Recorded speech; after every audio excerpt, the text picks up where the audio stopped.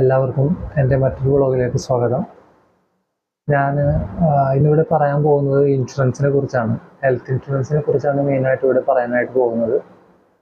അപ്പോൾ എല്ലാവർക്കും അറിയാം, ഇന്ന് ഒരുപാട് കമ്പനികളുണ്ട്. 51ഓളം കമ്പനികൾ ഇൻഷുറൻസ് പ്രൊവൈഡ് ചെയ്യുന്നുണ്ട്. പല പല ഫാക്ടേഴ്സ്, പല പല ഫീച്ചേഴ്സ് എല്ലാം വെച്ചിട്ട് കമ്പാരിറ്റീവ്ലി എന്താ പറയുക, ഒരുപാട് സ്കീമുകളും റൺ ചെയ്തുകൊണ്ട് നിലവിൽ മാർക്കറ്റിൽ അവൈലബിൾ ആണ്.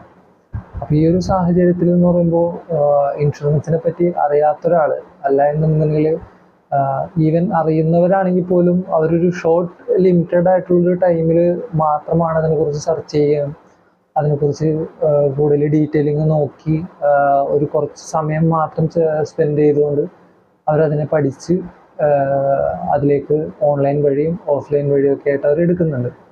പിന്നെ നിർഭാഗ്യകരമായ ചില സാഹചര്യങ്ങളിൽ എടുത്തു കഴിഞ്ഞതിന് ശേഷം അവർ ക്ലെയിം ചെയ്യാൻ പോകുന്ന സാഹചര്യത്തിൽ അവർക്കത് കിട്ടാതെ പോകുന്നൊരു സിറ്റുവേഷനും കൂടി ഉണ്ടാകുന്നുണ്ട്.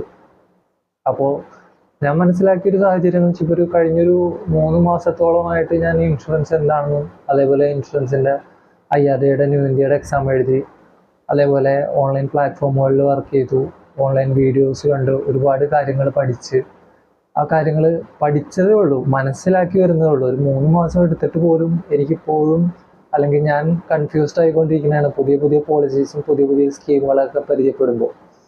അപ്പോൾ എല്ലാവരോടുമായിട്ട് എനിക്ക് പറയാനുള്ളൊരു കാര്യം എന്ന് പറഞ്ഞാൽ, അത് ഓരോ ഫീച്ചേഴ്സും അതെന്താണെന്നൊന്ന് മനസ്സിലാക്കി കഴിഞ്ഞാൽ നമുക്ക് ഏതാണ് വേണ്ടതെന്നുള്ളൊരു ആപ്റ്റായിട്ടുള്ള ഐഡിയ നമുക്ക് കിട്ടും. അപ്പോൾ ആ ഐഡിയ കിട്ടുന്നതിന് വേണ്ടിയിട്ട് നമ്മൾ ഇൻഷുറൻസിനെ കുറിച്ച്, കമ്പനികളെ കുറിച്ച് അറിയുന്നതിനേക്കാൾ കൂടുതൽ ആ ടേംസ് എന്താണെന്നുള്ള കാര്യങ്ങൾ നമ്മളൊന്ന് അറിഞ്ഞിരിക്കലേ അതിൻ്റെ ഒരു മാൻഡേറ്ററി ആയിട്ടുള്ള ഒരു പോർഷനാണ്. ഇപ്പോൾ ഒരു വണ്ടിയുടെ ഇൻഷുറൻസ് പോലെ തന്നെയാണ് ഇതിൻ്റെ ഹെൽത്ത് ഇൻഷുറൻസിൻ്റെ കേസും പറയുന്നത്. ഇപ്പോൾ വണ്ടികളുടെ ഇൻഷുറൻസ് ആണെന്നുണ്ടെങ്കിൽ എല്ലാവർക്കും അറിയാം, അതിന് തേർഡ് പാർട്ടി ലയബിലിറ്റി, അതേപോലെ own damage, return to invoice, അതേപോലെ engine protection, consumable, tyre protection, key loss protection, paper loss protection, അങ്ങനെ പറയുന്നത് പോലെ ഒരുപാട് ആഡ് ഓൺ ഫീച്ചർ ഉള്ള പോലെ ഹെൽത്ത് ഇൻഷുറൻസിലും അതേപോലെ തന്നെ ആഡ് ഓൺസ് ഉണ്ട്. കൺസ്യൂമബിൾ പ്രൊട്ടക്ഷൻസ് എന്ന് പറയും, അതായത് നമ്മൾ ഉപയോഗിക്കുന്ന ഡോക്ടേഴ്സ് ഉപയോഗിക്കുന്ന ഗ്ലൗവ്, നീഡിൽസ്, അതൊക്കെ കൺസ്യൂമബിൾസ് എന്നുള്ളൊരു കാറ്റഗറിയിൽ വരുന്നതാണ്. അപ്പോൾ ഹെൽത്ത് ഇൻഷുറൻസ് എടുക്കുന്ന സമയത്ത് നമ്മൾ ആ ആഡ് ഓൺ കവർ എടുത്തില്ല എന്നുണ്ടെന്നുണ്ടെങ്കിൽ നമുക്ക് അതിൽ നിന്ന് യാതൊരു ബെനിഫിറ്റോ കാര്യങ്ങളോ ലഭിക്കാൻ പോകുന്നില്ല. അപ്പോൾ അത് നമ്മൾ എടുത്തു വെക്കണം. അതുകൂടാതെ സം ഇൻഷുർഡ് അത് റിസ്റ്റോറേഷൻ ഉണ്ടോ എന്നും കൂടെ നമ്മളൊന്ന് ചെക്ക് ചെയ്യേണ്ടതാണ്. റിസ്റ്റോറേഷൻ ഉണ്ടെന്നുണ്ടെങ്കിൽ അതിൻ്റെ അർത്ഥം നമ്മൾ എടുത്തിരിക്കുന്നത് നല്ലൊരു പോളിസി ആണെന്നാണ്. വേറൊന്നും കൊണ്ടല്ല. ഇപ്പം നമ്മുടെ സം ഇൻഷുർഡ് വരുന്നത് 5 ലക്ഷമാണെന്നിരിക്കട്ടെ. ഈ 5 ലക്ഷം ഒരു കേസ് വന്നിട്ട് നമുക്ക് ചിലവായി പോയി കഴിഞ്ഞിട്ടുണ്ടെങ്കിൽ പിന്നെ ആ വർഷത്തേക്ക് നമുക്ക് എമൗണ്ട് കിട്ടില്ല എന്നല്ല. റിസ്റ്റോറേഷൻ ഉണ്ടെന്നുണ്ടെങ്കിൽ നമുക്ക് അടുത്തൊരു കേസും കൂടെ വരികയാണെന്നുണ്ടെന്നുണ്ടെങ്കിൽ നമുക്കത് ജെന്യുവനായിട്ട് നമുക്ക് റിസ്റ്റോർ ചെയ്ത് കിട്ടും. അപ്പോൾ സം ഇൻഷുർഡ് റിസ്റ്റോറേഷൻ നല്ലൊരു ഓപ്ഷനാണ്. പിന്നെ അതുപോലെ തന്നെ വരുന്നതാണ് പ്രീ ഹോസ്പിറ്റലൈസേഷൻ, പോസ്റ്റ് ഹോസ്പിറ്റലൈസേഷൻ. അതെന്ന് പറഞ്ഞാൽ എന്താണ്, ഒരു ഹോസ്പിറ്റലിൽ അഡ്മിറ്റ് ആകുന്നതിന് മുമ്പ് നമുക്ക് ആ ഡിസീസുമായിട്ട് എന്തെങ്കിലും പ്രീ ഹോസ്പിറ്റലൈസേഷൻ ചെക്കപ്പ് കാര്യങ്ങളൊക്കെ ചെയ്യേണ്ടി വന്നിട്ടുണ്ടെങ്കിൽ അതുമായിട്ട് ബന്ധപ്പെട്ടിട്ടുള്ള കാര്യങ്ങളാണ് അതെല്ലാം. പിന്നെ ഡൊമിസിലിയറി, അതായത് നമ്മൾ വീട്ടിൽ തന്നെ ട്രീറ്റ്മെൻറ്റ് എടുക്കുന്ന സാഹചര്യം വരികയാണെന്നുണ്ടെങ്കിൽ അത് കവർ ചെയ്യും എന്നുള്ള കാറ്റഗറി.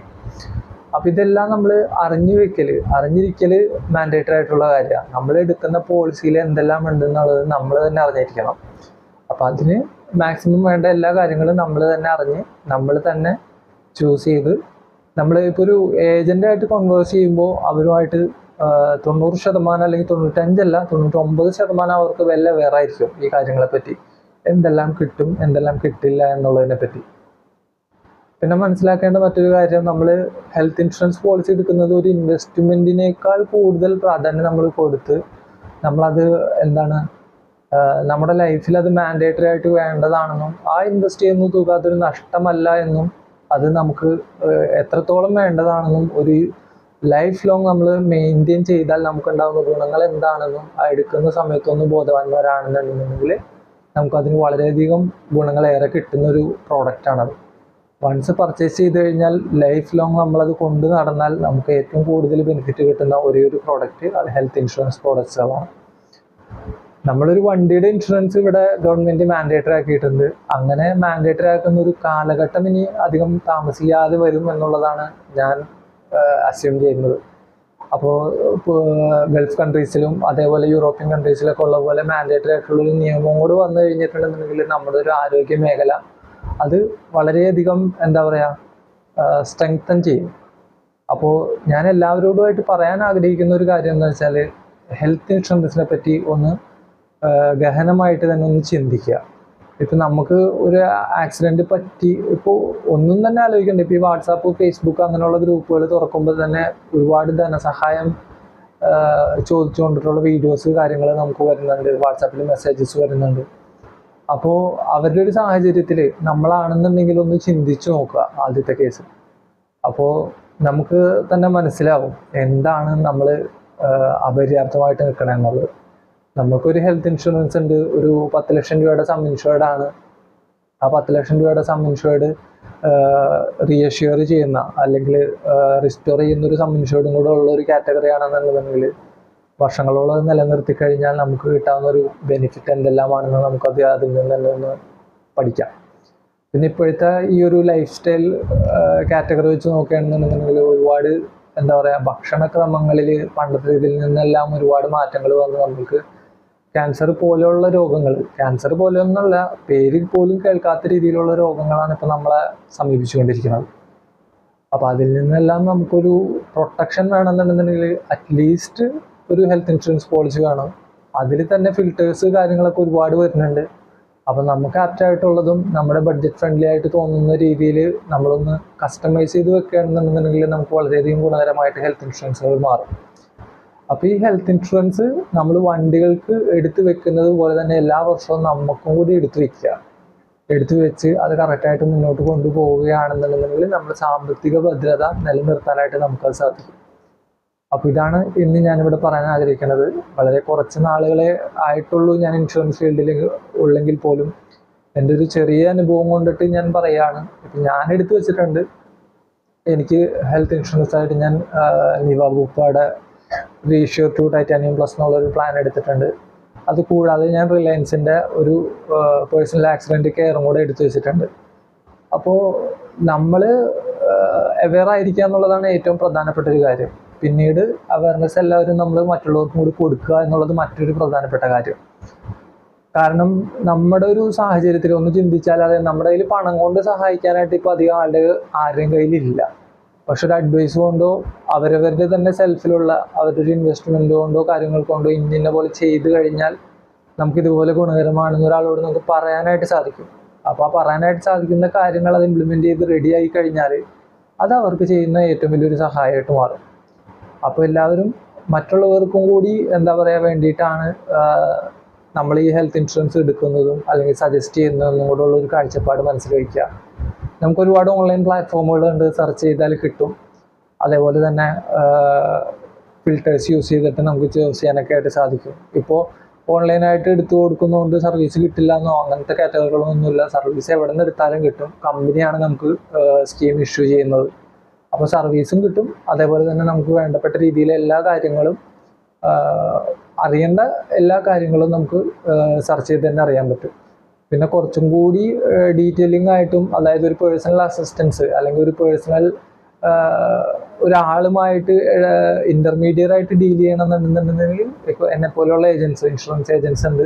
അതുപോലെ അതുമായിട്ട് ആത്മാർത്ഥമായിട്ട് വർക്ക് ചെയ്യുന്ന ഒരുപാട് പേരെ നമുക്ക് മാർക്കറ്റിൽ അവൈലബിൾ ആയിട്ട് കാണാൻ സാധിക്കും. അവരുമായിട്ട് കോൺടാക്ട് ചെയ്യാവുന്നതാണ്. ഇപ്പോൾ എൻ്റെ ചാനൽ ത്രൂ കാണുമ്പോൾ എൻ്റെ നമ്പർ എബൌട്ട് പേജിലുണ്ട്. അപ്പോൾ നിങ്ങൾക്ക് നോക്കിക്കഴിഞ്ഞിട്ടുണ്ടെന്നുണ്ടെങ്കിൽ നിങ്ങൾക്ക് എന്നെ കോൺടാക്ട് ചെയ്യാം. വാട്സാപ്പിൽ വന്നു കഴിഞ്ഞിട്ടുണ്ടെന്നുണ്ടെങ്കിൽ നിങ്ങൾക്ക് വേണ്ട എന്താണോ നിങ്ങൾക്ക് അറിയാനുള്ളത് ആ കാര്യങ്ങളെല്ലാം നമുക്ക് ഡിസ്കസ് ചെയ്യാം. ഇനി എൻ്റെ ത്രൂ ആണ് എടുക്കണമെന്നുണ്ടെന്നുണ്ടെങ്കിൽ എൻ്റേതായ കുറച്ച് ഡിസ്കൗണ്ട്സ് കാര്യങ്ങളെല്ലാം ഉണ്ട്. അതും ഞാൻ നിങ്ങളുമായിട്ട് ഷെയർ ചെയ്യാം. പിന്നെ പരമാവധി എപ്പോഴും ശ്രദ്ധിക്കേണ്ട ഒരു കാര്യം എന്ന് വെച്ചാൽ നമ്മുടെ തൊട്ടടുത്ത് തന്നെ ഇപ്പോൾ ഒരു ഇൻഷുറൻസ് ഏജൻറ്റ് നമ്മുടെ ഫ്രണ്ടോ ആരെങ്കിലും ഉണ്ട് അല്ലെങ്കിൽ വീട്ടിലാരെങ്കിലും ചെയ്യുന്നുണ്ടെന്നുണ്ടെങ്കിൽ അവർ നമ്മുടെ ഏറ്റവും നല്ല വെൽ വിഷേഴ്സ് ആയിരിക്കും. കാരണം അവർക്കൊരു പോളിസി പോകുന്നതിനേക്കാൾ ഉപരി ഒരു ലൈഫ് സെക്യൂർ ആക്കുക എന്നുള്ളൊരു കാര്യമാണ് ഏറ്റവും കൂടുതൽ മുൻഗണനയിൽ ഉണ്ടാവുക. അപ്പോൾ ആ കാര്യങ്ങൾ ഉൾക്കൊണ്ടുകൊണ്ട് അവരിൽ നിന്ന് തന്നെ പോളിസി എടുക്കാനൊക്കെ ആയിട്ട് ശ്രമിക്കുക. അപ്പോൾ നമുക്ക് കൂടുതൽ എന്താ പറയുക റിലയബിൾ ആയിട്ട് ഒരു എമർജൻസി സിറ്റുവേഷൻ വരുമ്പോൾ അവർ വിളിച്ചു കഴിഞ്ഞിട്ടുണ്ടെങ്കിൽ അവർ നമുക്ക് വേണ്ടി അവൈലബിൾ ആയിരിക്കും ഏത് സമയത്തും. അപ്പോൾ ഞാനും അങ്ങനെ അവൈലബിൾ ആവാൻ ശ്രമിക്കുന്ന ഒരാളാണ്. അപ്പോൾ എൻ്റെ അടുത്തു നിന്നാണ് പോളിസി വേണ്ടതെന്നുണ്ടെങ്കിൽ നിങ്ങൾ എന്നെ ഒന്ന് കോൺടാക്ട് ചെയ്താൽ മതി. ഓൺലൈൻ ത്രൂ വേണ്ട സഹായങ്ങളെല്ലാം ഞാൻ ചെയ്തു തരാം. ഇനി ഇവിടെ എറണാകുളം ഡിസ്ട്രിക്റ്റ് ആണെങ്കിൽ ഓഫ്ലൈനിൽ നമുക്ക് കാണാം. വേണ്ട സഹായങ്ങളും സൗകര്യങ്ങളും എല്ലാം ചെയ്തു തരാം. അപ്പോൾ ഇനിയും കൂടുതൽ ഇൻഷുറൻസ് റിലേറ്റഡ് ആയിട്ടുള്ള വീഡിയോസും മറ്റു കാര്യങ്ങളുമായിട്ട് ഞാൻ ഓരോ തവണ വരുന്നതായിരിക്കും, ഓരോ ഫീച്ചേഴ്സ് എന്താണെന്നൊക്കെ പറയാനായിട്ട്. അപ്പോൾ it's me Shahid signing off from ഹോക്രാസ്.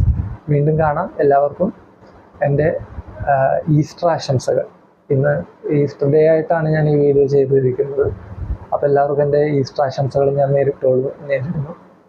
Okay, thank you.